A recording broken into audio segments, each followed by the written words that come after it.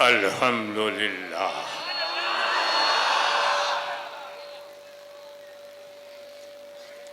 अल्हम्दुलिल्लाह नहमदुहु व नस्तईनुहु व नस्तगफिरुहु व नुमिनु बिही व नतवक्कलु अलैहि व नऊज़ु बिल्लाहि मिन शुरूरि अनफुसिना व मिन सय्यिआति अमालिना मन यहदिहिल्लाहु फला मुदिल्ल लहु व मन युद्लिलहु फला हादिय लहु व नशहदु अल्ला इलाहा इल्लल्लाहु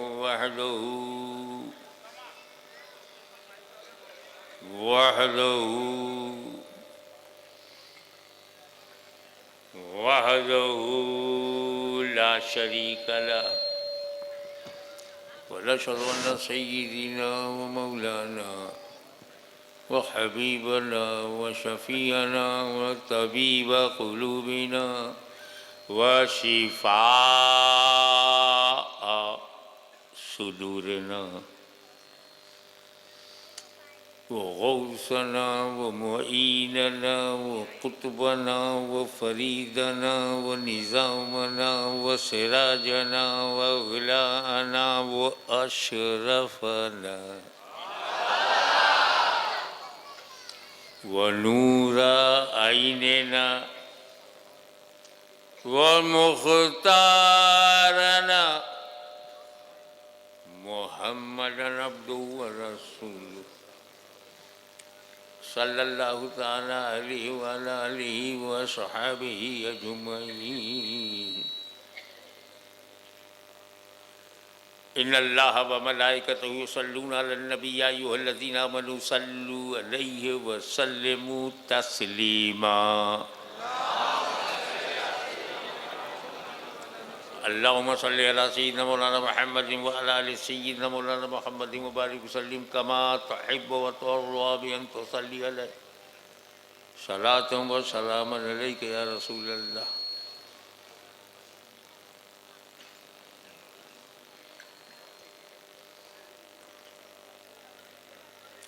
इस आधुनिक ज़माने में, युग में ये जानना बहुत ज़रूरी है कि हमको नबी की क्या ज़रूरत है। What is the importance of prophet in our life? हमारी सोशल लाइफ में क्या महत्व है नबी का।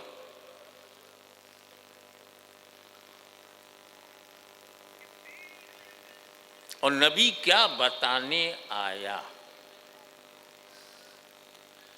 वही बताने आया जो न हम फिजिक्स से जान सकते हैं न केमिस्ट्री से जान सकते। वही बताने आया जो हम टेक्नोलॉजी से नहीं जान सकते। जैसे हम टेक्नोलॉजी से ये जान सकते हैं कि कब्र के अंदर जो बॉडी रखी गई थी एट दी मूवमेंट किस हालत में, कफन बचा कि नहीं, उसके शारीरिक अंग बचे कि नहीं, या हड्डियां हैं सिर्फ, ये हम टेक्नोलॉजी से मालूम कर सकते हैं। इसके लिए साइंटिस्ट होना पड़ेगा। लेकिन किस पर अजाब हो रहा है ये देखने के लिए नबी होना चाहिए। बहुत मशहूर बात है जो मैं पहली बार आपको बताने जा रहा हूं कि हुजूर सल्लल्लाहु ताला अलैहि वसल्लम एक कब्रिस्तान से गुजरे with his beautiful companion सहाबा के साथ। हुजूर सल्लल्लाहु अलैहि वसल्लम रुक गए, 2 कब्रों के पास रुक गए। और ये बबूल जानते हो ना, बहुत मुश्किल से सूखता है, इसमें हरियाली ज़्यादा है, और आपके गुजरात में बहुत है। जहाँ जहाँ ऊँट होते हैं वहाँ वहाँ बबूल होते हैं।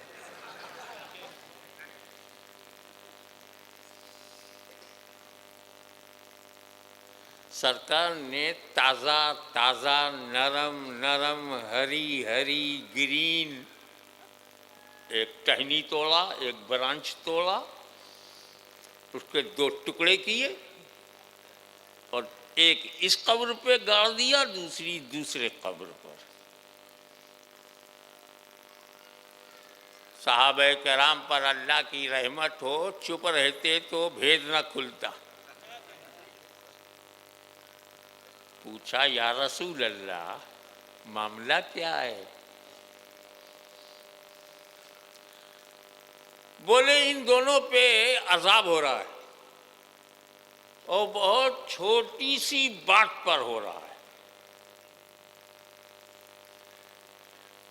कौन सी बात पे? ये दोनों जब जिंदा थे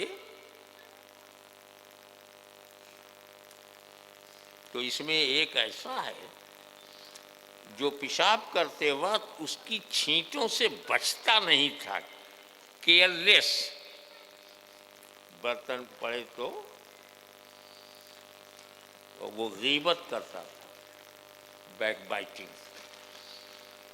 अब मैंने हरी हरी शाख रख दिया तो हर हरी शाख अल्लाह की वंदना, प्रशंसा, हम्द, बड़ाई बयान करते, जिक्र तस्बीह हर हरी सी।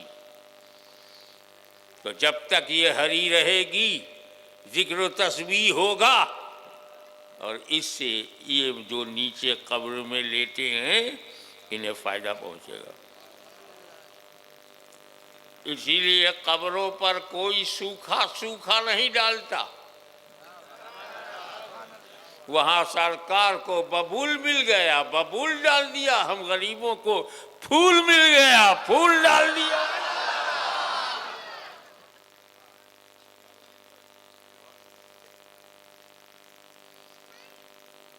मगर ये वाकया, ये हदीस बयान करके मैं चुप नहीं रहूँगा।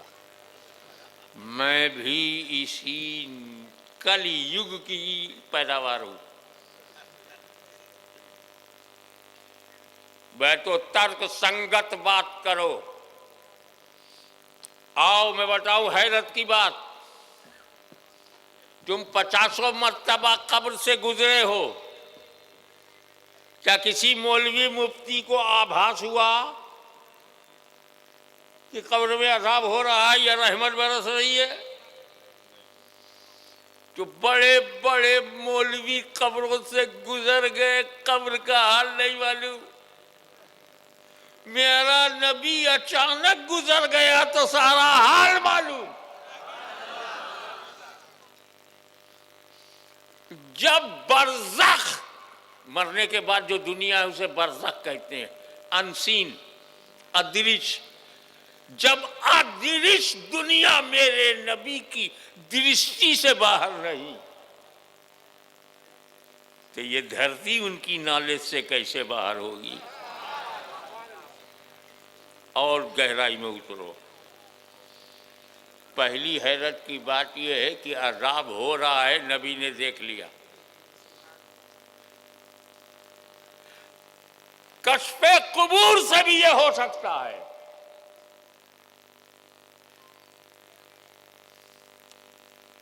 कि कब्र में क्या हो रहा है वो उस पर प्रकट हो जाए। सच्चाई प्रकट हो तो स्वागत है, पत्थर प्रकट होगा तो हम उसको कोई हैसियत नहीं देंगे। वो प्रकट नहीं होता, वो रखा जाता।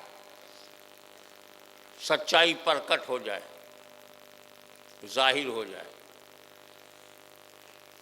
मगर ये बताओ, जब अजाब हो रहा था तो वर्तमान है, जब अजाब हो रहा तो वो प्रेजेंट है। जब है रसूल ने देख लिया हो रहा है, हमें देखने वाली चीज तो अजाब थी, मगर मेरे नबी का कमाल देखो, अजाब भी जान लिया, अजाब की वजह भी जान लिया।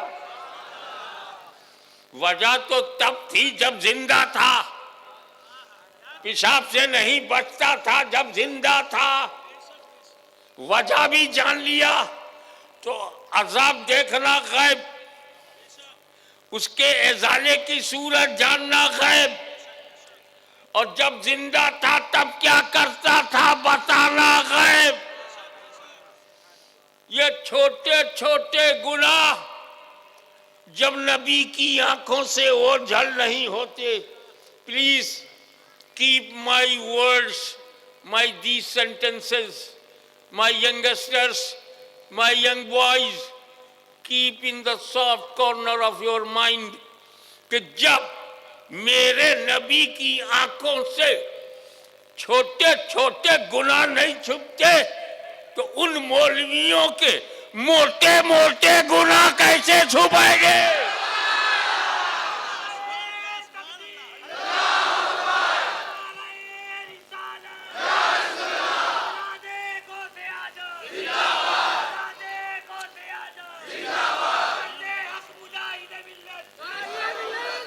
मैं अक्सर कहा करता हूं कि नबी की इंपॉर्टेंस और नबी का महत्व, नबी का extra ordinary personality and necessity of profit, जरूरत, ऐसे ही समझ लो गुजरात में बैठे बैठे कि जिसके पास नबी नहीं है, जिस कम्युनिटी में नबी नहीं है, जिस समुदाय में नबी नहीं है, उसको ये नहीं मालूम खुदा कितने। अल्लाह जाने भक्त संख्या में ज्यादा है या भगवान ज्यादा है, क्योंकि नबी नहीं है। जब नबी नहीं है तो अल्लाह गैब, गैबुल गैब, सबसे बड़ा गैब, अल्लाह अदृश्य, असीमित, निराकार, अनंत। अंत कैसे जाने अनंत को, सीमित कैसे जाने असीमित को, आकार कैसे जाने निराकार को, और लिमिटेड कैसे समझे अनलिमिटेड को। अल्लाह तो हिडन है, अल्लाह तो पर्दे में है, छुपा हुआ है, गैब है। अब वही बताए जो गैब ना हो। तो नबी गैब को मनवाने आता है। आपने क्या ईमान में पढ़ा? आमन तो बिल्लाहि वो मलाइकतिही व कुतुबिही व रुसुलिही वल यौमिल आखिर। ईमानदारी से बताओ, अल्लाह को देखा है? किस भरोसे पे ईमान लाए?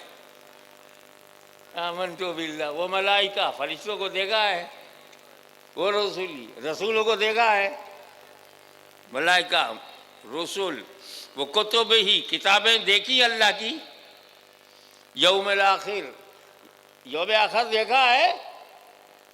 नहीं। तो इतनी बड़ी बड़ी बात को माना क्यों? ये सब तो गैब है।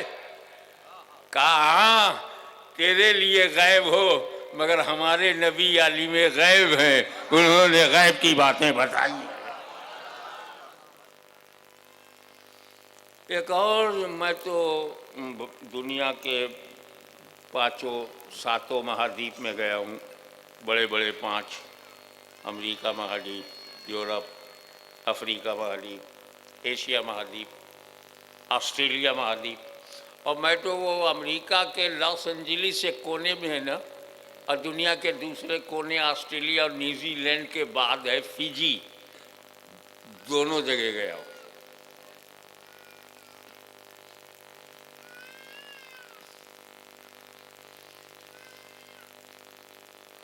मुझे ऐसे लोग मिले जिनके पास नबी का नाम है, मुझ जैसा राष्ट्र प्रेमी चक्कर में पड़ा है कि मेरे राष्ट्र में नबी क्यों नहीं। ओ हो, सिर्फ मुसलमानों के पास नबी है। तो सिर्फ मुसलमान ही कीमती है। तो कीमती ही चीज के लिए तो झगड़े होते हैं। ये जितना झगड़ा करते जाएंगे हम अपनी कीमत समझते जाएंगे, क्योंकि जीना हमारे लिए जीना नहीं, मरना हमारे लिए मरना नहीं। वो इसलिए कि हम जिएंगे तो मदीना याद आएगा, मर गए तो करबला याद आएगा।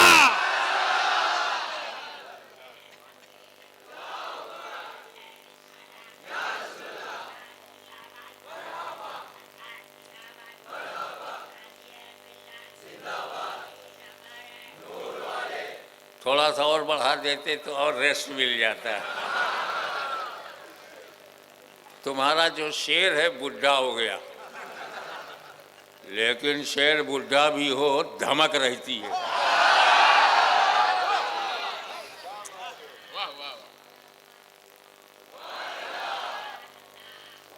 अरे जंगल का शेर तो मिटा न सके, अली का शेर कैसे मिटाओगे?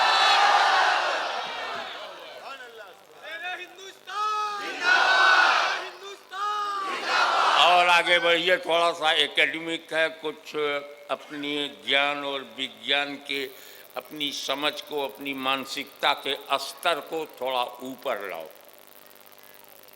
इसी दुनिया में, इसी धरती पर, इसी नील गगन के नीचे एक समुदाय है जिसके पास नबी का नाम है। अब वो अंग्रेजी में वो नबियों का नाम लेते हैं, हम इब्रानी में, अरबी में लेते हैं, वो इंग्लिश में लेते हैं, फ्रेंच में। हम आदम कहते हैं, नबी आदम अलैहिस्सलाम, वो एडम। हम यूसुफ कहते हैं, वो जोसेफ कहते हैं। हम इसहाक कहते हैं, वो इसक कहते हैं। हम इब्राहिम कहते हैं, वो अब्राहम कहते हैं। नाम तो है, लेकिन संशोधन कर बैठे, एमेंडमेंट हो गया। अपना बाइबिल का संविधान बचा नहीं, नजर लग गई और ईसा मसीह के पैगाम में परिवर्तन लाए, तब्दीली लाए, चेंजिंग किया और संशोधित बाइबिल हमको दे रहे हैं।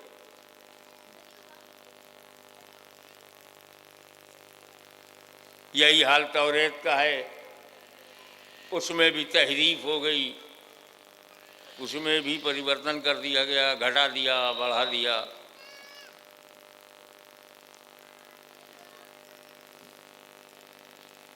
घटा दिया, बढ़ा दिया। यही हाल ज़बूर का है। इसको यूरोप वाले कहते हैं old testament and new testament. हम कहते हैं बेटा ओल्ड टेस्टामेंट में क्यों फंस रहे हो? नहीं, हम न्यू टेस्टामेंट मानते हैं। मैंने कहा न्यू टेस्टामेंट में क्यों फंस रहे हो? कुरान तो लेटेस्ट टेस्टामेंट है। अगर खून के लिए लेटेस्ट चाहिए तो दिल के सुकून के लिए भी लेटेस्ट कुरान चाहिए।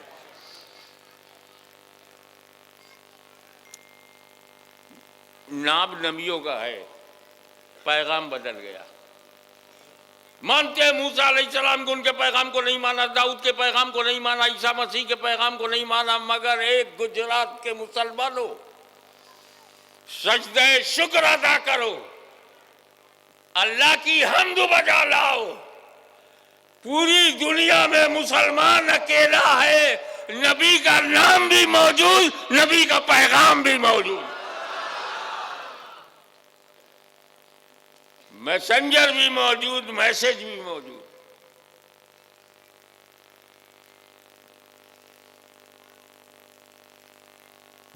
एक बात बताओ कि ये कुरान में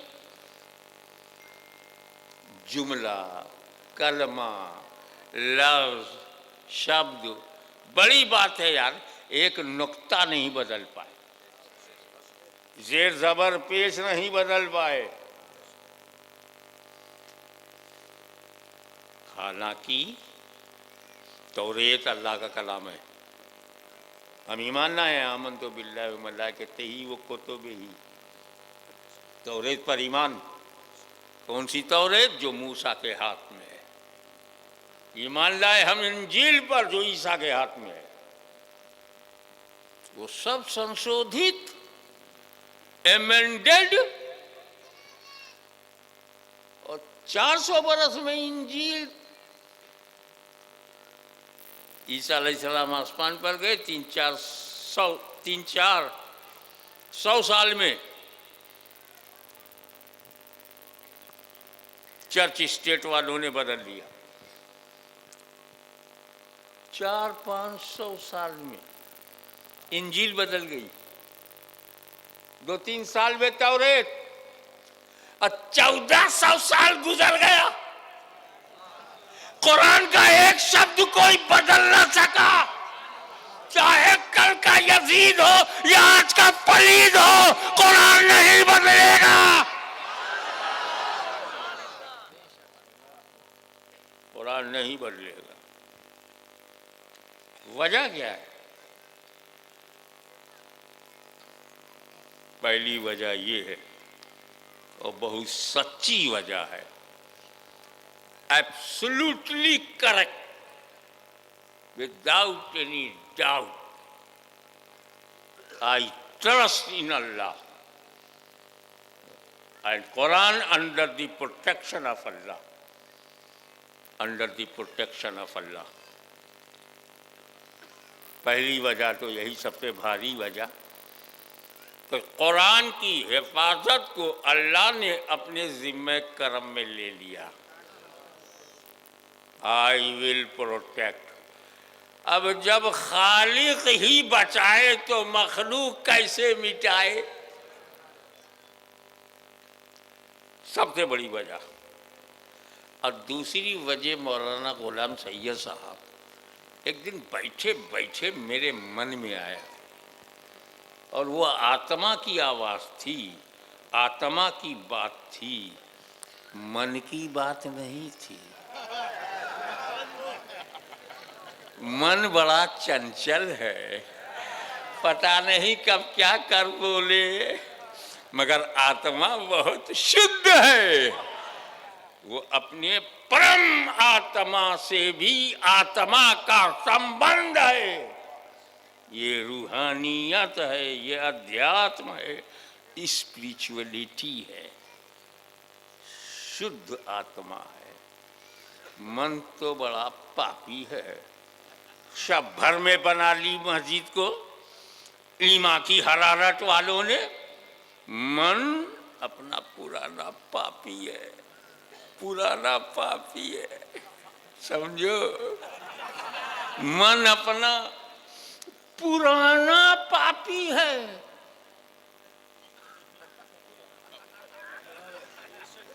बरसों में नमाजी बन ना सका, तो वो आत्मा से एक आवाज़ आई कि ये भी कुरान को न बदल पाने की एक दूसरी वजह।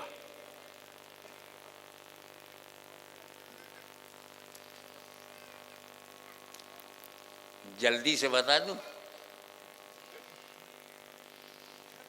एक तो ये कि अल्लाह की सुरक्षा में है, अल्लाह ही इसका रक्षक है, भक्षक क्या करे। और दूसरी वजह ये है कि जब हजरत मूसा ने अपनी कौम को तौरेत दिया, तवज्जो, तौरेत दिया तो सिर्फ तौरेत दिया, रहने दो, सिर्फ तौरेत दिया, अपना अहले बैत नहीं दिया। पकड़ो, मजमून को पकड़ो। जब दाऊद अलैहिस्सलाम ने ज़बूर दिया तो सिर्फ ज़बूर दिया, अहले बैत नहीं दिया। लेकिन जब मुस्तफा ने कुरान दिया तो अहले बैत भी दिया।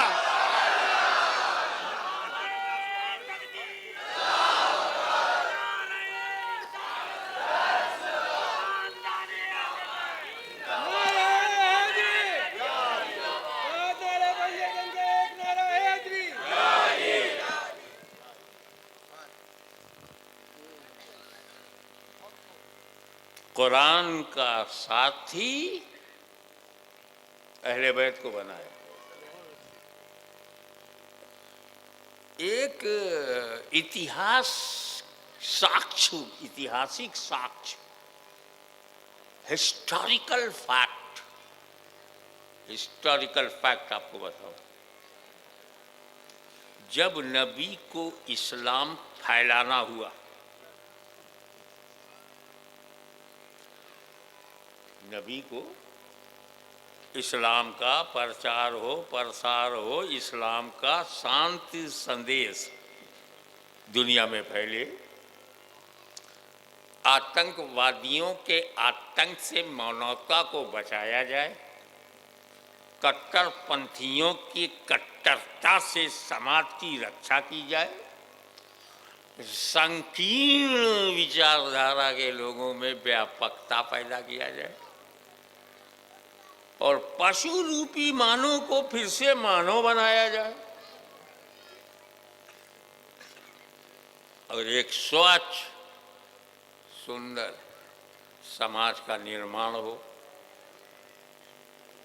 सबसे आसान काम है सड़क स्वच्छ हो, सड़क साफ सुथरी हो, अभियान चलाओ। मगर बड़ी बात यह है कि सड़क पर चलने वाले इंसान स्वच्छ हो। तुमने जमीन के जरिए सफाई बताई, इस्लाम ने दीन के जरिए मानवता में सफाई बताई।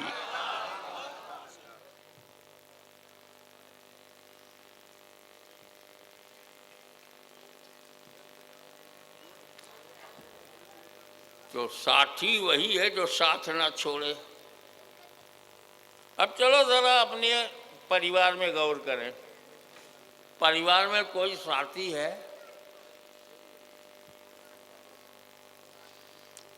चलो सहाबा किराम में देख लेते हैं, नहीं तो आप कहेंगे पर्सनल अटैक कर दिया। चलो सहाबा किराम को देखें। हर सहाबी रसूल का साथी, हर सहाबी रसूल का साथी। देखे कैच कैसे करते, मैं इशारे की भाषा बोलूँगा। हर सहाबी रसूल का साथी, मगर सिद्दीक़ अकबर ऐसे साथी साथ को नाज, ऐसे सहाबी मुसाबहत को फख्र है, सहाबियत को नाज है। ऐसे सहाबी हमें कभी छोड़ा ही नहीं, ऐसा साथी। नबी ने ऐलान नबूवत किया तो सिद्दीक साथ है, तबलीग कर रहे हैं तो नबी साथ, मक्के में है तो सिद्दीक साथ, हिजरत कर रहे हैं तो सिद्दीक साथ, गारे सौर में गए तो साथ, 3 दिन रहे तो साथ, बाहर निकले तो साथ, मदीना पहुँचे तो साथ, बद्र में साथ, उहुद में साथ, खैबर में साथ, खंदक में साथ, जिहाद में साथ, मैदान में साथ, मकान में साथ, मस्जिद में साथ, जिंदा रहे तो साथ और मर गए तो नबी के गुंबदे खतरा में नबी के साथ।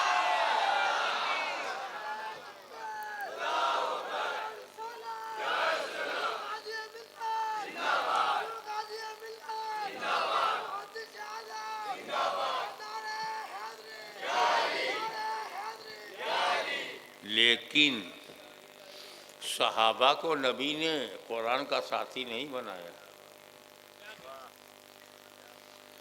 मैचलेस कम्युनिटी, बेमिसाल जमात है सहाबा की, अहले बैत को बनाया। जो मैं बता चुका हूं उसे दोहराऊंगा नहीं, सिर्फ इशारा करके गुजर जाता हूं कि जबरदस्त जमात है सहाबा की, जन्नतियों की जमात, सहाबा की जमात। कुल्लन वादुल्लाहुल हुसना, अल्लाह ने हर सहाबी से वादा किया जन्नत का। आपको उम्मीद में रखा है, सहाबा को यकीन में रखा है। जो फर्क उम्मीद और यकीन में है वही मौलवी और सहाबी में है।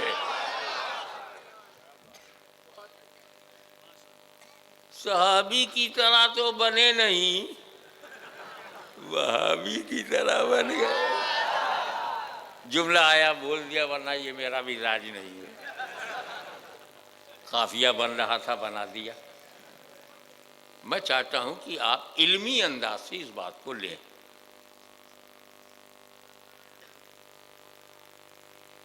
असल में बात क्या है, सहाबा कराम बेहतरीन जमात है, मगर सहाबा कराम कब तक रहेंगे?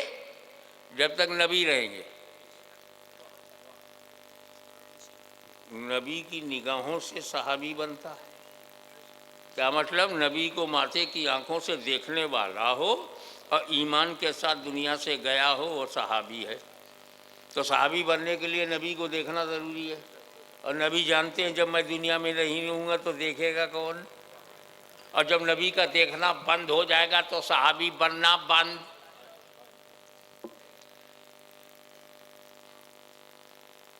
सहाबी बनना बंद हो जाएगा और मेरा आशिक भारत की धरती पर बैठकर बोलेगा, मेरी चश्मे आलम से छुप जाने वाले।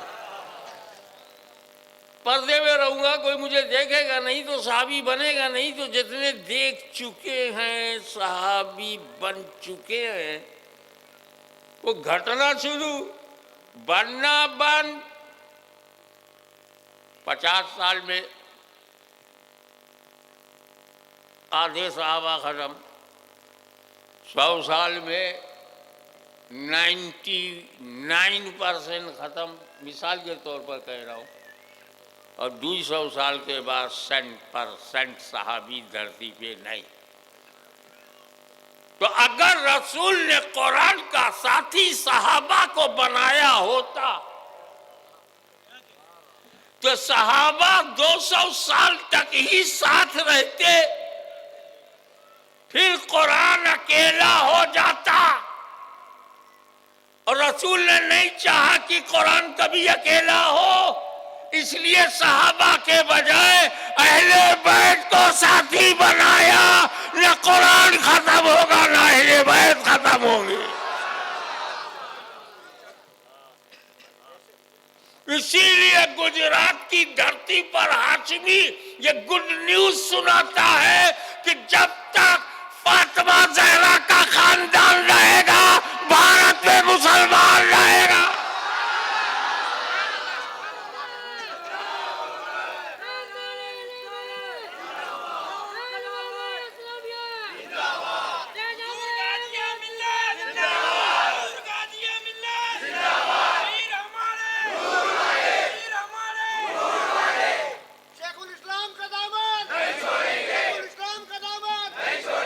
ये वही रसूल का परिवार है, ये अहले बैते रसूल वही हैं जो हरदम कुरान के साथ रहे। कभी नबी साथ, नबी गए तो अली, अली गए तो हसन, हसन गए तो हुसैन, वो गए तो ज़ैनुल आबिदीन, इमाम मोहम्मद बाकिर, इमाम जाफर सादी, मूसा काजिम। अरे जब इराक में सन्नाटा हो गया तो गौसे आज़म आ गए।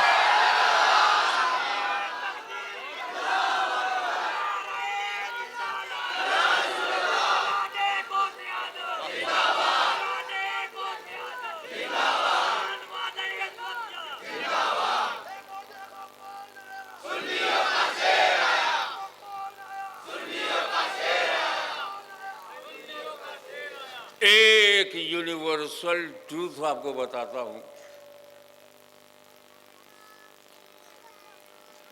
तमाम विद्वानों, मुनियों, ऋषियों, महापुरुषों के जरिए ये एडमिटेड फैक्ट है कि जब बच्चा पैदा होता है तो जन्म से शून्य होता है, जीरो। अपने कर्म से कोई राजा बनता है, कोई रंक, कोई ताजदार बनता है, कोई चौकीदार। ये कर्म, कोई पुलिस बनता है, कोई चोर, कोई साधु बनता है, कोई शैतान, कोई सुन्नी बनता है, कोई टुन्नी।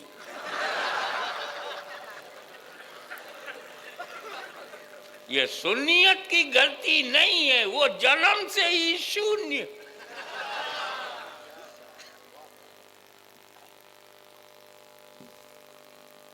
जब बच्चा पैदा होता है तो जन्म के आधार पर वो शून्य होता है, जीरो। अपने कर्म के अनुसार ही उसका अस्तित्व बनता है।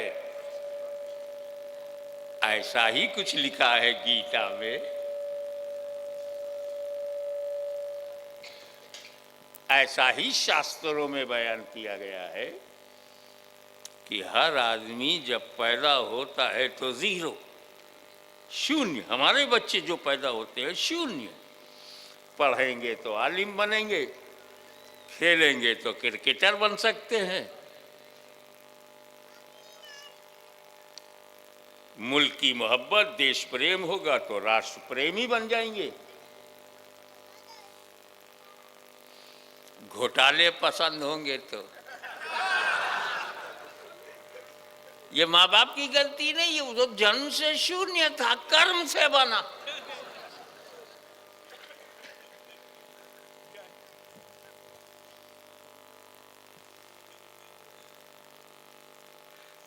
जितने लोगों को जानते हो बताओ, पैदा हुए थे तो क्या थे? जीरो। दारुल अशरफिया में पहुंचे आलिम, शमसुल उलमा के पास पहुंचे मुहक्किक,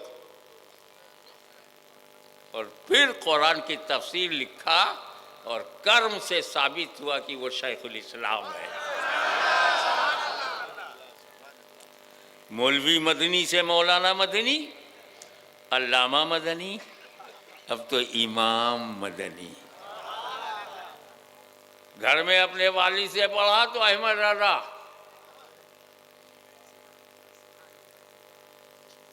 इमामुल मुतकल्लिमीन अल्लामा नकी अली खान ने पढ़ाया तो मुफ्ती, खातिमुल अकाबिर ने तवज्जो डाल दी सैयदना अली रसूल माला रवी रज़ी अल्लाह ताला ने तो आरिफ, गौसे आजम ने कर्म फरमा दिया तो मुजद्दिद। कर्म से बना। यही हाल मेरे बाप का, पैदा हुए शून्य, पढ़ते गए, बढ़ते गए और बन गए मुहद्दिसे आजम। पैदा हुए। भारत के महापुरुषों, मुस्लिम समुदाय के बड़े बड़े ठेकेदारों, तुम पैदा होते, तुम्हारे घर में बच्चे पैदा होते, उन्हें यही नहीं पता होता अम्मा कौन। 9 महीना पेट में रहा, बाहर आके भूल गया, इतना जीरो। अम्मा याद नहीं। 6 महीने बाद अम्मा समझ में आई, साल भर के बाद अब्बा, 5 साल में पूरा डब्बा, पूरा परिवार, क्योंकि जीरो था। इसीलिए ऐसे बच्चों के जन्मदिन को मनाना, जीरो को महत्व देना। जब तेरा बच्चा जीरो था तो जश्न कैसा? लेकिन मैं बहयल के जिम्मेदारों को जो ये जलसा करा रहे हैं उन्हें मुबारकबाद देता हूं कि वो गौसे आजम का जन्म मना रहे हैं, क्योंकि जब मेरा गौस पैदा हुआ तो जीरो नहीं, वलियों का हीरो था।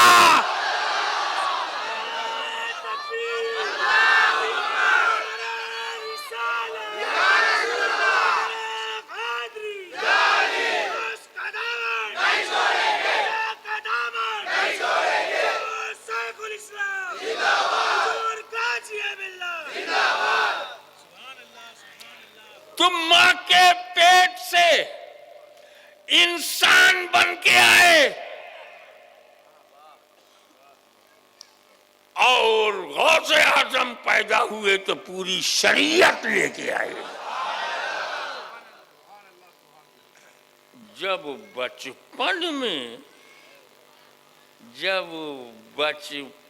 में गौसे आजम रोजा रख लें तो 55 में कहां तक चले गए होंगे।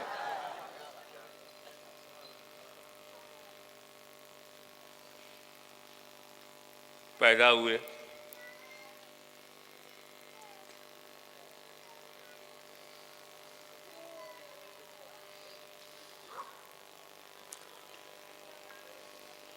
कुछ दिनों के बाद रोजा आ गया, रमजान।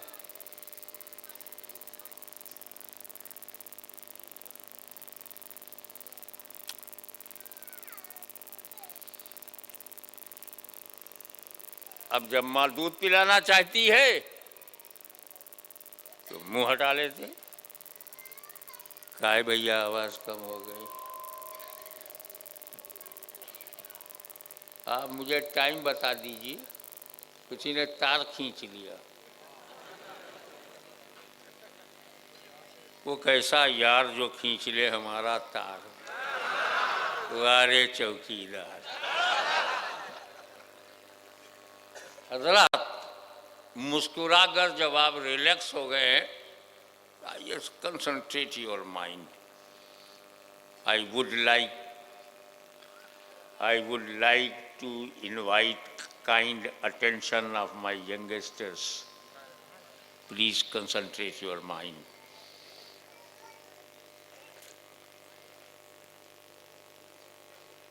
और जैसे ही अफ्तारी का टाइम आया, चिल्लाने लगे। उन्हें भी तो रोजा खोलना था।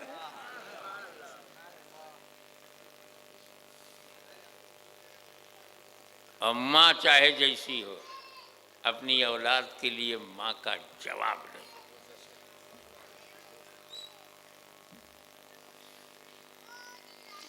हम गौसे आजम का जन्म क्यों बताते हैं?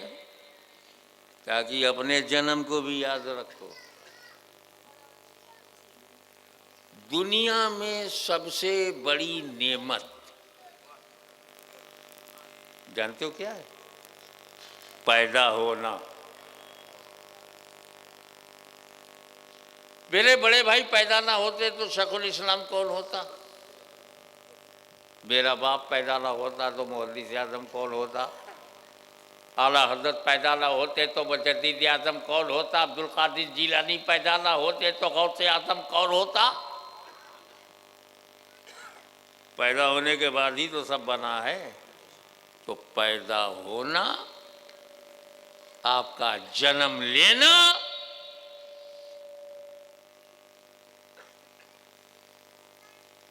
अरबी भाषा में आपकी मीलाद, आपकी विलादत, आपकी अंग्रेजी में बर्थ, हिंदी में जन्म, उर्दू में पैदाइश, अरबी में मीलाद न होती तो क्या होते? सैयद शेख मुगल पठान कब हुए? पैदा हुए तब। चौहान पटेल पैदा हुए तब।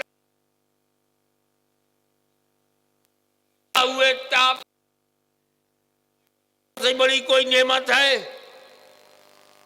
तुम IAS IPS हो जाओ, कब होगे? जब पैदा होगे तब। ब्यूरोक्रेट्स में चले जाओ, पैदा होगे तब। देश के सबसे बड़े नेता बन जाओ, कब बनोगे? पैदा होगे तब। तो पैदा होने से ज्यादा तो कुछ इंपॉर्टेंट है नहीं। अब सोच, पैदा कैसे हो गया? अल्लाह, अब्बा, अम्मा, ये तीन की वजह से पैदा हुए। अब्बा का अंश, माँ का खून, अल्लाह का हुक्म, हम पैदा हुए। तो हम चाहे वो मुहद्दिस हो जाए, मुजद्दिद हो जाए, कर्जा अम्मा का है, तो दुनिया में जितनी तरक्की कर रहे हो उसमें तुम्हारी मां का हक है। वो झाड़ कभी हरा नहीं होता जो जड़ से अपना संबंध तोड़ ले, वो बच्चा कभी कामयाब नहीं होता जो अपनी जड़ अपने माँ बाप से अपने को अलग कर ले। न इस दुनिया में न वो दुनिया, वो एक अलग सब्जेक्ट है। मगर मीलाद के बगैर नबी नहीं मिलता। तो अब हमारे लिए जन्म ही बहुत इंपॉर्टेंट है। मक्के में जन्म लिया तो इस्लाम मिल गया, बगदाद में जिला में जन्म लिया तो खुदा मिल गया। ये गौसे आजम का जन्म है, उनकी पैदाइश है, उनकी विलादत है, उनका बर्थ है, जिसका ये रिजल्ट है।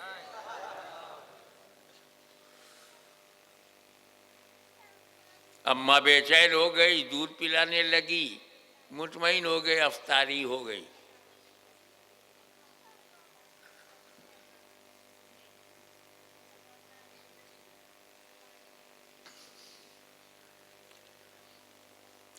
लोग बताते हैं कि वो रमजान का चांद 29 शाबान को चांद दिखाई नहीं पड़ा। बहुत कोशिश किया, मतला साफ नहीं था, गुबार आलूद था, very very polluted, too much pollution like Delhi and Haryana, बहुत जबरदस्त पॉल्यूशन था। दो चार लोगों के मन में आया, चलो अबू साले जंगी दोस्त के घर में एक लड़का पैदा हुआ जो रमजान में रोजा रखता है। अभी वो 1 साल से कुछ ज्यादा हुआ है, देखें वो रोजा रखे है कि नहीं।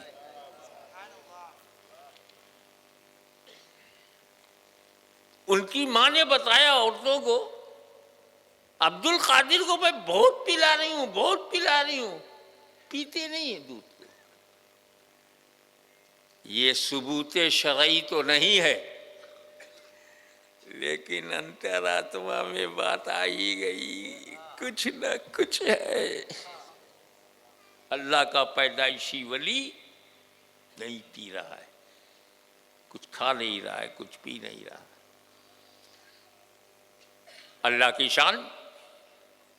कुछ ही दिनों के बाद,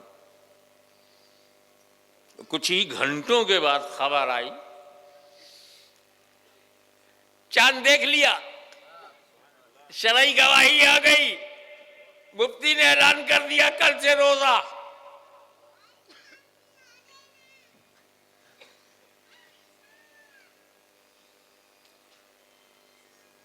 इतना ही वाकया है, पर ठहरो, सोचो, समझो,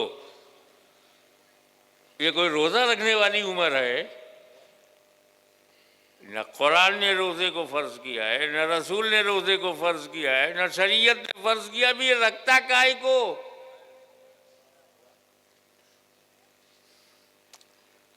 6 महीने के बच्चे पे रोजा नहीं है, साल भर के बच्चे पे रोजा नहीं है, 2 साल के बच्चे पे रोजा नहीं है, तो अब्दुल कादिर जिलानी ने रोजा रखा क्यों?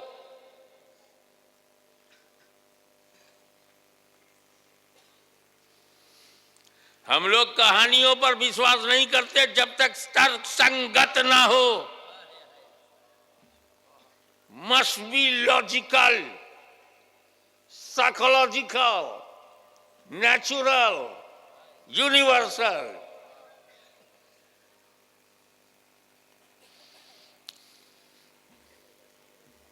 देखो,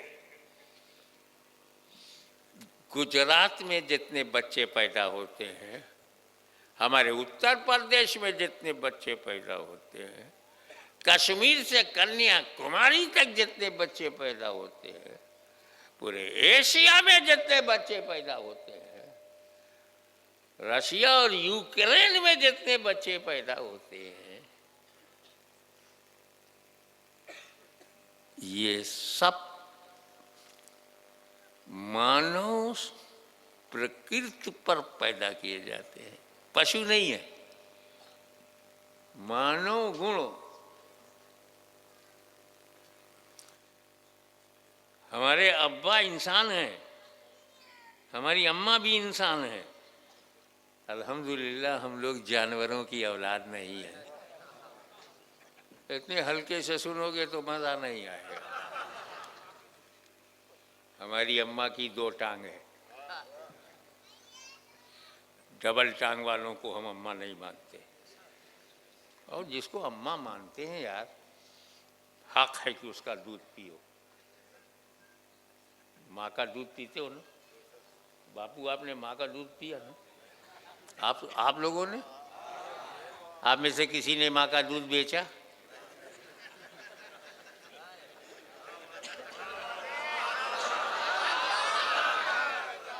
कमाल है, दूध बेचते हो और अम्मा कहते हो। खरी खरी सुनना पड़ेगा, बोलोगे तो सुनना पड़ेगा, क्योंकि मुसलमान अकेला नहीं, अली का खानदान मौजूद है। इसलिए माँ का अदब करो, माँ का एहतराम करो, बाप का अदब करो, बाप का एहतराम करो।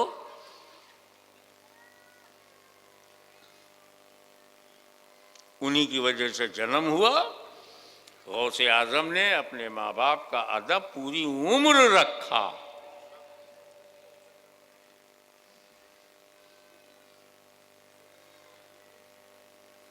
अब यहाँ पर थोड़ी बात जो है थोड़ी हाई है, मैं नहीं समझ पा रहा हूँ कि कैसे उसको डाइल्यूट करके अच्छा शरबत बना के आपको दूँ, आप गटागट निगल जाए। ऐसा ना हो कि बीफ का गोश्त हो जाए और उसका रेशा दांतों में चिपक जाए और तुम हलाल करते रहो, खलाल करते रहो, आसानी के लिए हो जाए तो मैं समझाता हूँ। हमारे बच्चे जो पैदा होते हैं ना, वो बशर के बच्चे हैं, बशरियत पर पैदा होते हैं। वो मानव के बच्चे हैं, मानवता पे पैदा होते हैं। इंसान के बच्चे हैं, इंसानियत पर पैदा होते हैं। आगे चल के उन्हें शरीयत पे चलना होगा।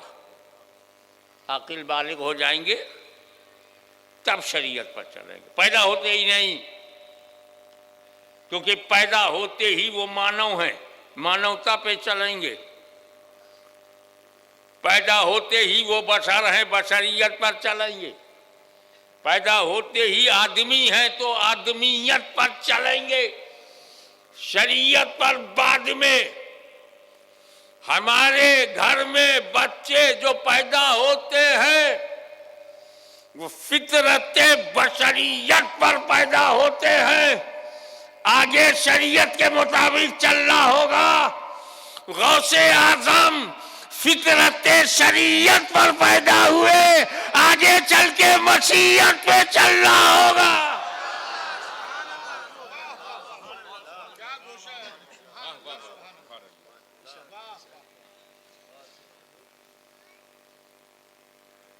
हम जब खाना खाते हैं तो हमसे कहते हैं मुफ्ती साहब शरीयत से पूछ लो इजाजत है कि नहीं,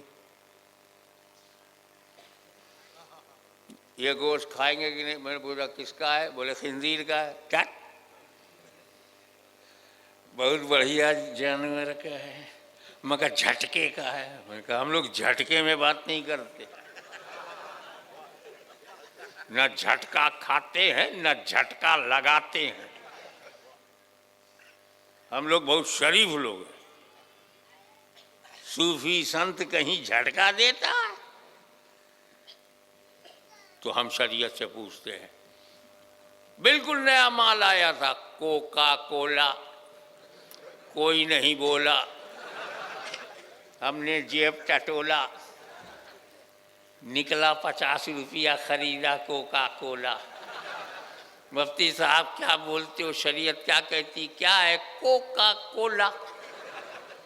शरीयत इसके खिलाफ नहीं बोलती, पी जा। पियो तो शरीयत से पूछो, खाओ तो शरीयत से पूछो, लिबास पहनो तो शरीयत से।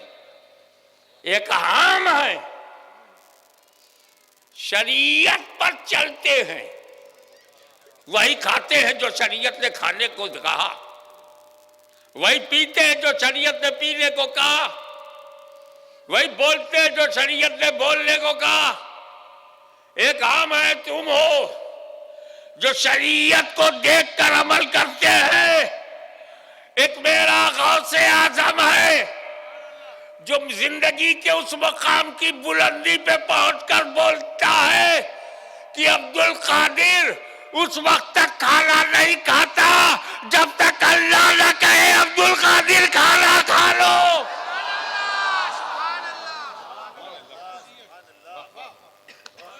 मैं उस वक्त तक पानी नहीं पीता जब तक खुदा न कहे अब्दुल कादिर पानी पी लो। तो हम शरीयत को देख के चलते हैं, गौसे आज़म मशीयत को देख के चलते हैं। जो शरीयत पर चले उसे कादिरी कहते हैं, जो मशीयत पर चले उसे अब्दुल कादिर जीलानी कहते हैं। ऐसा शानदार माल पैदा कैसे हुआ मेरे भाई? अगर पंजाब का बासमती बिहार में डालोगे तो मोटा हो जाएगा, और बंगाल की जमीन में डालोगे तो मोटा भी होगा, छोटा भी होगा, घर लाते लाते खोटा भी होगा। अबे जमीन भी तो देखनी पड़ती है। अगर गुजरात का कपास गोरखपुर में बो दिया जाए तो वो गोरखपुर के बजाय लंगूर के लायक भी नहीं होगा। उसके लिए गुजरात की आबो हवा, गुजरात का वायुमंडल, गुजरात का इन्वायरमेंट चाहिए। जमीन अच्छी हो, बीज बढ़िया हो, किसान समझदार हो, फसल शानदार हो।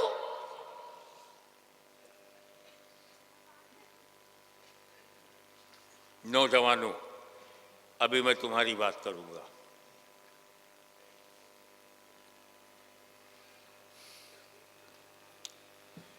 पहले मोबाइल आया तो इनकमिंग आउटगोइंग में लग गए। मॉडल जब डेवलप कर गया तो मैसेजिंग में लग गए। टेक्नोलॉजी और बढ़ गई तो चैटिंग में चले गए। कैरेक्टर जब बर्बाद हो गया तो घर से भाग खड़े हुए।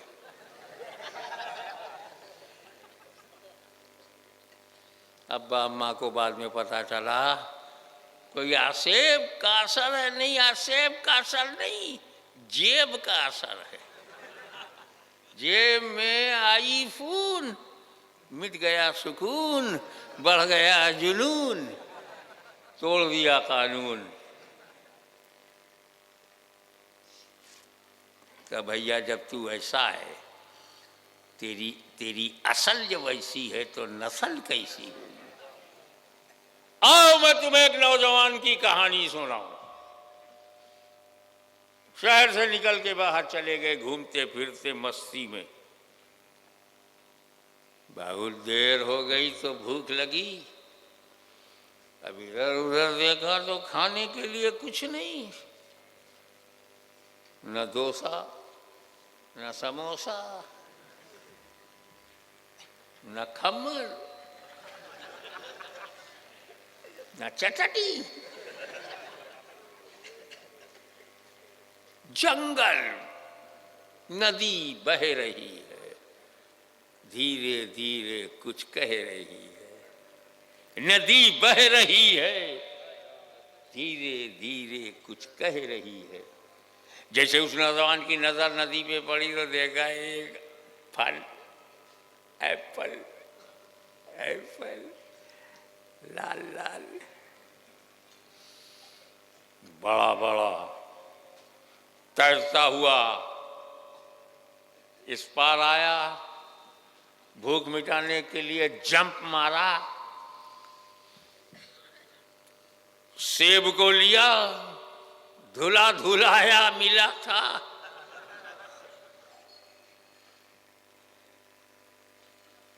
दरिया स्नान करके निकला था। वो तो खुदा का शुक्र है कि दरिया की लहरों में मुसलमानों के इलाके में सेब बह रहा था, लाशें नहीं बह रही थी। नहीं कैच किया, कोई बात नहीं, सुबह तक तो याद आ जाएगा। सेब लिया, खाया। जब सेब खा लिया, पेट की आग शांति हुई, शांत हुई, तो दिमाग ने काम करना शुरू किया। अरे बगैर पूछे खा गए, न खरीदा था न इजाजत लिया था, तो ये जायज कहाँ है? घबराहट हुई, अभी पेट में ताजा ताजा है। मैं आपको मेडिकल साइंस समझाऊं, बायोलॉजिकल साइंस समझाऊं, जो जूलॉजी में पढ़ाते, जंतु विज्ञान, कि जब कोई आदमी कुछ खाता है, कड़ी खिचड़ी पेट में गई, तत्काल हजम नहीं होती। वो रेलवे स्टेशन नहीं कि तत्काल टिकट निकाल लो। वो पेट है, उसमें आमलेट है, चक्की चल पड़ती है, आंतें पीसने लगती हैं। इतने में एक लिक्विड पेट में निकलता है, बहुत कड़वा। सैकड़ों नींबू को निचोड़ कर आग में जलाकर इतना बनाओ, कितना कड़वा होगा। ऐसे ही वो कड़वा द्रव निकलता है, लिक्विड निकलता है, जो पेप्सिन को पेप्टोन में चेंज करता है। ये मेडिकल साइंस है। अब उसमें 2 घंटा लगता है। उसके बाद फिर वो लार्ज इंटेस्टाइन में चला जाता है। अब वो सकिंग, जज खींचता है, सक, SUC के सक करता है, तो लिक्विड निकल जाता है, और जो एक्स्ट्रा माल है वो आंतों के जरिए बाहर आने का रास्ता ढूंढता है। जो लिक्विड गया वो तो सोचने में चला गया, बाकी सब शौचालय में चला गया।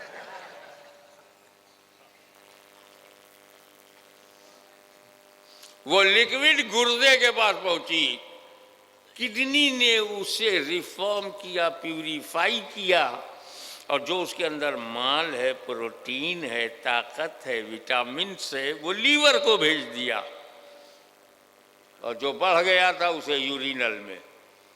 इसमें 2 घंटा लगता है। 2 घंटे के बाद वो खून बन जाता है। इधर नौजवान बच्चा तड़प रहा है, किससे पहले कि मेरा एक खाए हुए सेब से मेरे अंदर 2-4 बूंद खून की बने, मैं माफी मांग लूं। जो सेब का मालिक है उसे राजी कर लूं, उसे क्षमा मांगूं, वो मुझे माफ कर देगा, मेरा खून गंदा होने से बच जाएगा। हे अल्लाह, मुझे उस मालिक से जल्दी मिला दे, इससे पहले कि वो खून बने, मैं माफी पूरी करा के उस खून को पाक बना सकूं। जान को खतरे में डालकर दरिया में कूद पड़े, क्योंकि दरिया के उस पार सेब का बाग था, कुछ शाखा दरिया की तरफ लटकी थी, शायद उसी में से टूट के गिर गया हो। तैरते हुए रिस्क ऑफ लाइफ, जिंदगी का खतरा मोल लेते हुए दरिया के उस पार पहुंचे तो देखा बाग में एक बूढ़ा ज़ईफ, well experience but old mind. ये गए, कहा अस्सलाम वालेकुम। वालेकुम अस्सलाम। इस नौजवान ने उस ज़ईफ आदमी से, बुजुर्ग आदमी से पूछा, ये बाग के मालिक आप हैं? जी। ये झाड़ जो है सब आपका है? जी। ये जो दरिया की तरफ शाखाएं लटकी हुई हैं, इसमें जो फल है वो भी मेरा है। तो सरकार, आपकी बाग से एक सेब टूट करके दरिया में गिरा और तैरते हुए उस पार हुआ और मैंने उसको बिना इजाजत खा लिया।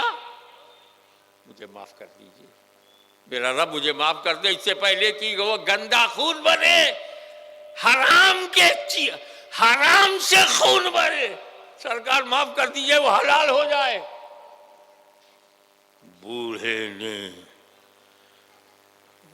आंखों पे जोर दे के देखा, इतना नौजवान, इतना अल्लाह का खौफ। अरे ऐसे सैकड़ों से बही गए, कोई पूछने नहीं आया ये कैसा नौजवान है और अल्लाह से कितना डरता है कि माफी मांगने के लिए आया है कि विदाउट इंटेंशन, बिला इरादा, अचानक भूल से खा लिया, आप माफ कर दो। बूढ़े ने तजर्बे की आंख से देखा कि ये लड़का कोई स्पेशल है, इसी उम्र में अल्लाह से इतना डरता है तो आगे चल के क्या होने वाला है। बुढ़ऊ कहीं हम माफ तो करेंगे, मगर मेरी एक शर्त है। क्या? मेरी बेटी से शादी करो। हाँ, गए थे सेब माफ कराने, बेटी गले पड़ गई।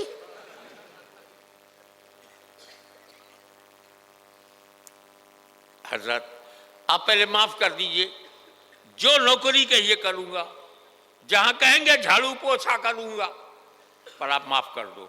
नहीं, बेटी से शादी करो तब माफ करूंगा। बोलना जाओ। वो सेब से बनने वाला खून बनने न पाए कि उससे पहले माफ हो जाए।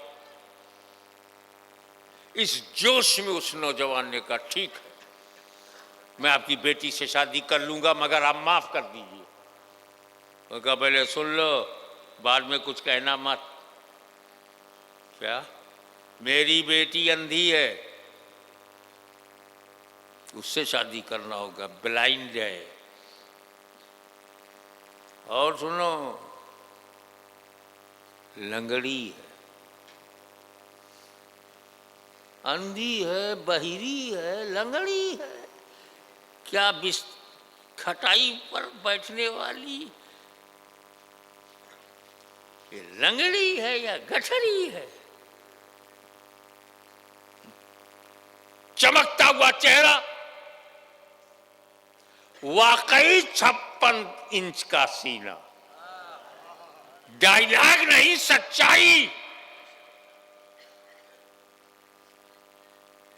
मेरी बेटी अंधी है, बहिरी है, आंख से देखती नहीं, कान से कुछ सुनती नहीं, मुंह से बोलती नहीं, गूंगी है, लंगड़ी है।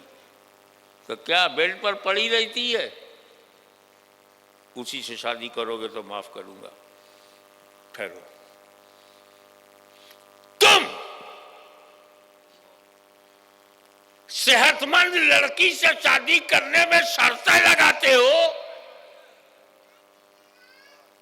अच्छे चेहरे वाली मेरी बेटी से शादी करने में कंडीशन लगाते हो, ये चाहिए वो चाहिए, ऐसा दो वैसा दो। अरे उस नौजवान से सबक हासिल कर जिसने भूल से सेब खा लिया और माफी के लिए ऐसी लड़की से शादी को तैयार हो गया जो अंधी है, बहरी है, गूंगी है, लंगड़ी। जब किसी नौजवान की छाती में अल्लाह का ऐसा डर होता है तो न वो अंधी देखे न बहरी देखे, वो अपने रब की रजा देखे।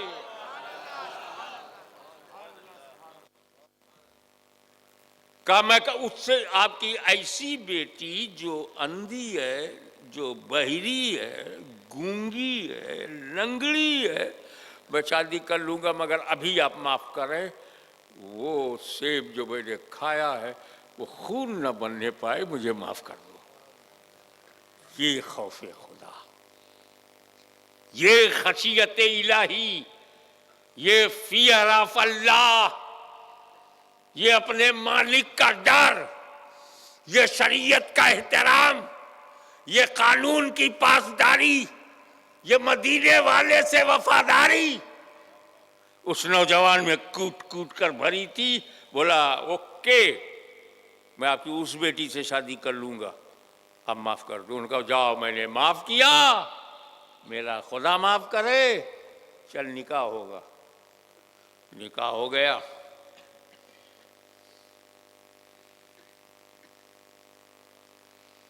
जो कुछ मामूलात थे वो पूरे हो गए। ससुर ने नौजवान से कहा जा अपनी बीवी के पास। अब इनको तो पता था मेरी बीवी अंधी है, बहरी है, गूंगी है, न देखती है न सुनती है, पर सुन्नत है कमरे में जाओ तो सलाम करो। जैसे ही वो नौजवान कमरे में गया, अस्सलामु अलैकुम, तो लड़की ने जवाब दिया वालेकुम अस्सलाम। अब तो ये इनके पैर के नीचे जमीन सरक गई, ये भी तो बहरी नहीं है। अरे आंख देखो, जिस पर हजारों नरगिस फिदा हो जाए ऐसी आंख। जरा इसके रुखसार तो देखो, लगता है जन्नत की बहारों ने चेहरे में पनाह ले लिया हो। इस बेटी के चेहरे का नूर तो देखो, जैसे हजारों कहकशा सिमट करके रुखसार पर में अपनी जगह बना लिया हो। ऐसा हुस्न, ऐसी ब्यूटी, ऐसी सुंदरता, उनके पैर के नीचे से जमीन निकल गई। भाग भाग, कमरे से भाग। अनजाने में सेब खाया तो लंगड़ी लूली मिली। अब ये आंख वाली है, यहां कुछ गलती होगी तो किससे माफी मांगूंगा। भाग के ससुर के पास गए। Oh my beloved father in law, आप कह रहे थे कि मेरी बेटी अंधी है, बहरी है, गूंगी है, वहां कोई और लड़की बैठा दिया आपने, निकाह किसी और से, और शबे उरूसी किसी और से। तो बूढ़ऊ मुस्कुराए।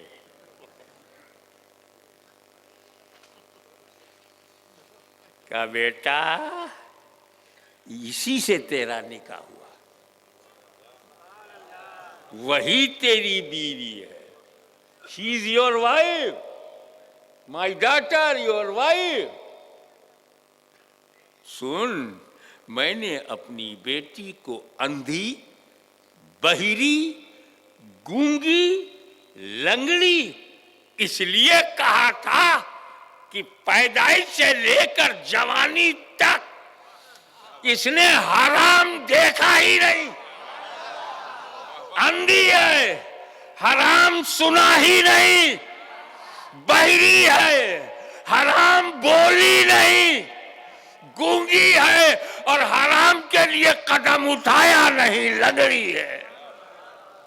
तो ये मेरी बेटी एक ऐसी औरत है कि जवानी तक हराम देखा नहीं, हराम सुना नहीं, हराम बोली नहीं, हराम की तरफ कदम उठाया नहीं।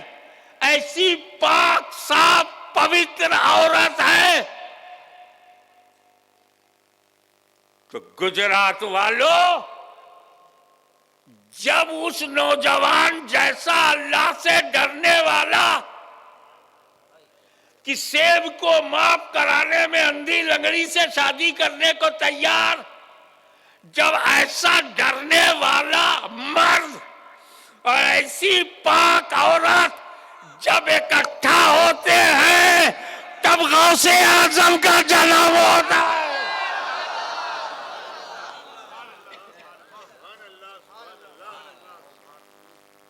जब गौसे आजम का जन्म भर में न समझ सके, तो रसूल आजम के जन्म को हम सुन्नियों के अलावा और कौन समझ सकता है। वाखिर दावाना अनिल हम्दुलिल्लाह रब्बिल